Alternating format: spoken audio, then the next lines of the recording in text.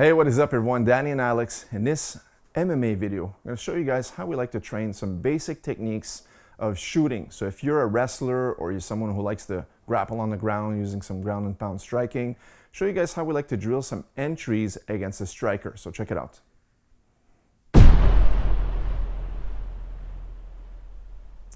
Okay, first thing we're going to do is just warm up. So I'm going to have Alex I'm going to get into my orthodox stance. Guard is up. And now I just want him to learn to level change, catch his leg, switch his hands into a double leg entry. All right, so go here, boom, he goes in. All right, so notice how he keeps his feet up. Again, level change, just to warm up, you know. Now I want him to do the same drill using the drop knee. So he's gonna go a little bit lower, drop his lead knee down. Now he catches here, always with the head on the outside of the opponent's hip. Boom, nice and tight, ready to cut the angle. Again, boom. Okay, now once we've done this a few times, you can also just warm up using an entry, let's say a jab, for example. So he feints a jab upstairs, makes me react into his double leg. Again, boom, makes me react. So we want to use this just to warm up our legs, our knees, get into the habit of level changing, using that level change low. Imagine you're ducking underneath the opponent's strikes, and then you want to shoot in at waist level. Okay, now if we warm up a little bit more, I'm going to be the attacker. So what I want to do is have him level change as I jab. All right, so I'm going to use the left jab here. We're moving around, jab, and he enters. Okay, again, jab, and he enters. We're just going light here. So here, boom. And then if he drops his knee, same thing, boom. Level change, one more time. Now he can do the same thing against the cross. Okay, so if I throw the cross now, the only thing is if he level changes here, he might walk into the cross, right? Because the cross sometimes turns here and changes during the course, you know, during that pat. It might just curve a little bit like an overhand right, for example, or maybe even a punch where the person is going to follow you. It's not as straight or as fast as a jab. What he wants to do is always move his head on the outside. He moves his head on the outside, and notice how he has a right lead on this one. So here, boom. Again, boom. Okay, one more. Boom, and he enters. Now, if I threw the 1-2, you don't want to deal with a 1-2. You want to deal like it was a jab. Always initiate your shot on the first strike. So if it was a 1-2, he's already gone. Even if I threw the 2, he's already level changed. All right, so one more time. Wham, bam. See, he's gone on the jab, just like the first one. Okay, so these are great ways to warm up, get your shots in, get a training partner, have him throw some light shots, just to notice the difference of the level change, that distance, make sure he doesn't touch your head on your way in, and then I'm going to show you a different drill, more realistic. Okay, in this next section, I put on some boxing gloves. What I want Alex to do is do the same drills, but now because I have the gloves, I can go a little bit quicker, not necessarily harder, but more quick, so that way there it's more realistic. Okay, so let's start with the jab here. We're moving around a little bit. He doesn't know where I'm going to throw it, and then when I do, boom, he has to duck under and shoot. Okay, so we're gonna have two types of shot, feet up in the air or lead knee down to the mat, okay? Practice both. So here, boom. Okay, now one important thing to do is if you're drilling this, I like to tell my students all the time in our gym is not to play laser tag, okay? Because I know the intention of the drill is to throw the jab and hit him in the face, I don't wanna be doing this and then catching him here, all right? So as he level changes and change the course of my jab, just play tag. All right, that's not fair and it's not even realistic because in reality, I'm throwing a punch to try to catch him for real. It's gonna be full speed. It's gonna be here, boom, right? In reality, I didn't know he was gonna shoot on me, all right? Now we know because it's a drill. So always make it as realistic as possible and always aim to exactly where his head is at that given moment. So I'm here with the jab, boom, all right? Now if we train it with the cross, same idea, boom. Again, don't make sure that you don't try to chase his head with your punch. Just throw exactly where he is with the intention of catching him there. Okay, 1-2 would be the same thing, see? Like I said earlier, even if I threw the 1-2, he's gonna catch me on my first intended punch, which is the jab. See? A little bit quicker. See? He always catches me. This is a great drill for timing, all right? Because I have the gloves now, if he misses, or if he zigs when he's supposed to zag, I caught him, but at least my hands were protected, not to create any cuts or even hard shots. All right, so now we're gonna look at identical drill, but this time Alex also has the boxing gloves.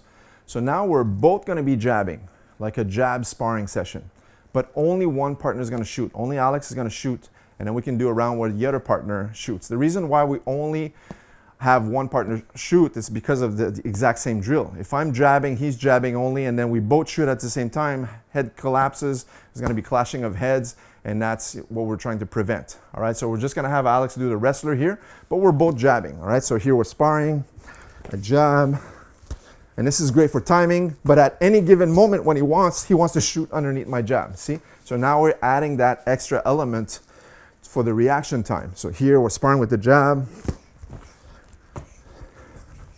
and he tries to always time that jab and shoot underneath it. Now we can do the same thing with the right hand. We're both throwing crosses. And at any given moment, he wants to kind of like duck underneath and cross. Now we can throw it with the 1-2. That's it. And then we keep going. A lot of times what we'll do is do a 3-minute round, even 5-minute round, and just do, let's say, 1.5 minutes of the jab and then the cross, and then 2 punches at a time. This is a great drill to enhance your timing. Now, another good striking drill for mixed martial arts is to have someone placed in the closed guard position while I'm inside his closed guard. We both have boxing gloves, and we're just gonna pretend we're striking each other. You don't wanna go too hard here.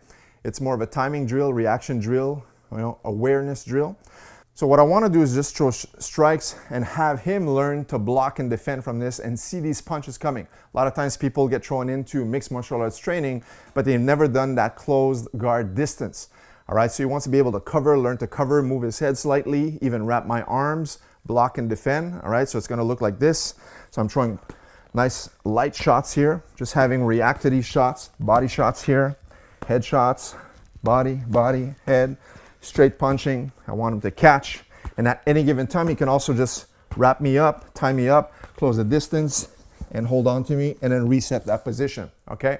So when you do these drills, you don't want to go full out. It's just mimicking the punches. The angles are what I want Alex to see coming, all right? Now we can do this drill where he's on top, all right? He could be in my close guard, and we do the same thing.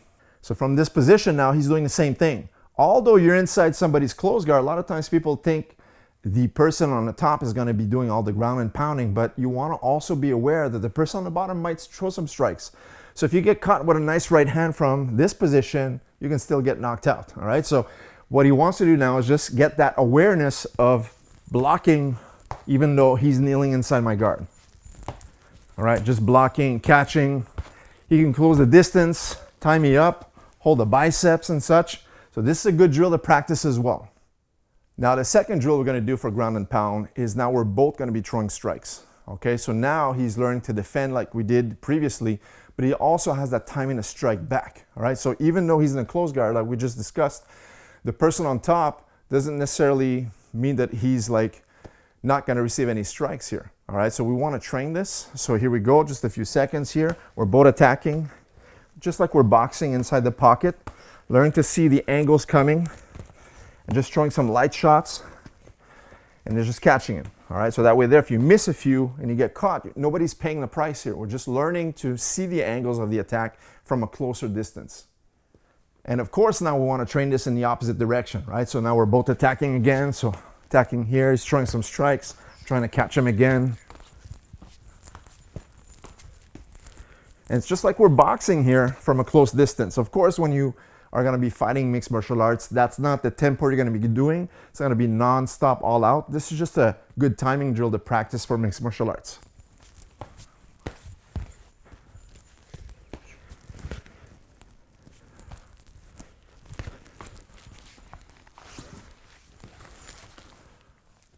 All right, so last but not least is also striking when you're on your back.